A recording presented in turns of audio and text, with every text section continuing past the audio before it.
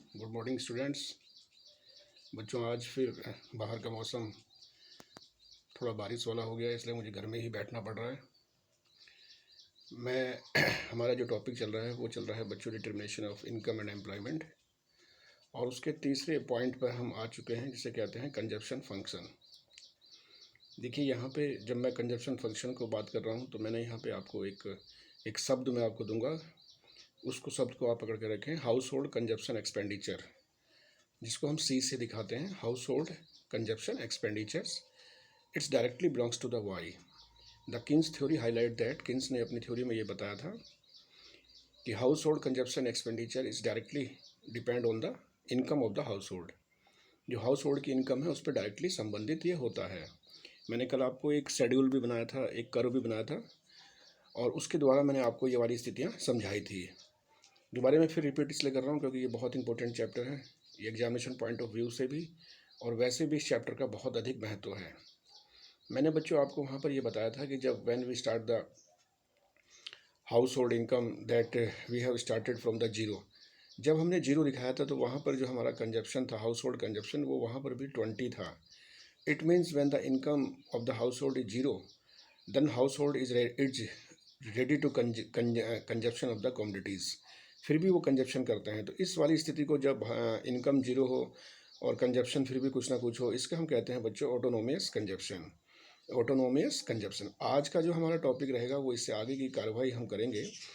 When any household consumption expenditure increase due to the increase in the income, but one thing always appear in this situation: the every household wants to be saving for some part of his income. Her household ये चाहता है कि उसकी income का कुछ भाग वो saving भी करे फॉर द फ्यूचर प्रोस्पेक्ट्स, भविष्य की योजनाओं के लिए। So now once again another topic has come in this particular topic is saving. So we will discuss today in the class about the saving, consumption and why. C, S and Y.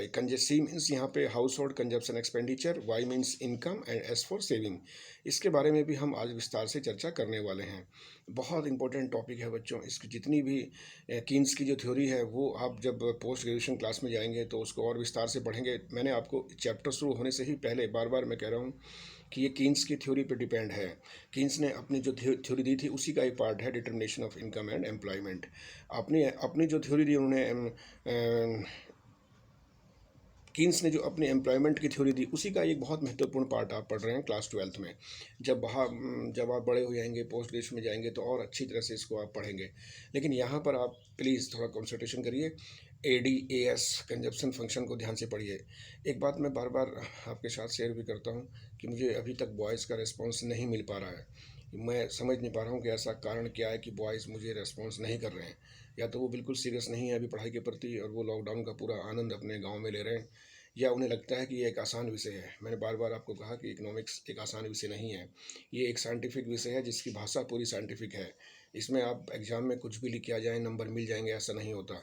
इसमें जो भी आप लिख के आएंगे वो number तभी मिलेंगे जब वो बिल्कुल करेक्ट होगा। परिभाषाएं हों, आपके शब्द बिल्कुल वही होने चाहिए जो एक साइंटिफिक भाषा के होते हैं। अर्थशास्त्र की अपनी एक भाषा होती है, अपना एक लैंग्वेज होता है, अपना एक फ्लेवर होता है। अब आपने उस फ्लेवर में तो लिखा नहीं, और साहित्यिक विषयों की तरह या अन्य ह्यूमैनिटीज़ के विषयों की तरह कुछ भी आपने लिख दिया तो आपके नंबर नहीं आएंगे। आप 80 में से कहेंगे सर हमारे तो 70 नंबर के क्वेश्चन सही हो गए, और वहाँ पे एग्जाम में आएंगे आपके 80 में से 30। फिर आप रोएंगे कि सर ये क्या हो गया। क्योंकि मैं तो जानता हूँ कि ये माइक्रो लेवल की जो बातें मैं आपको बता रहा हूँ, ये आपको तभी समझ में आएंगी जब आप इसको बार बार पढ़ेंगे और मेरी बातों को ध्यान से सुनेंगे। लेकिन फिर मैं वही कहूँगा कि पिछले 15 दिनों से मुझे किसी भी बॉयज़ ने कोई रेस्पॉन्स नहीं दिया। कितनी गलत बात है, बताइए कितनी गलत बात है।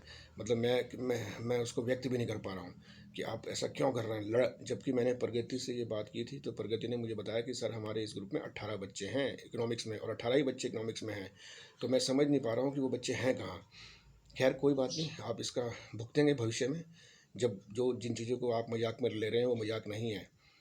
लॉकडाउन की स्थिति वैसे भी पता है आपको बढ़ेगी और बढ़ेगी, और ये हमारे पास सिर्फ अब आपसे जुड़ने का एक ही माध्यम है, ये व्हाट्सअप हमारा ग्रुप, और इस तरह से हम जो आपको भाई भेज रहे हैं वीडियो उसके द्वारा।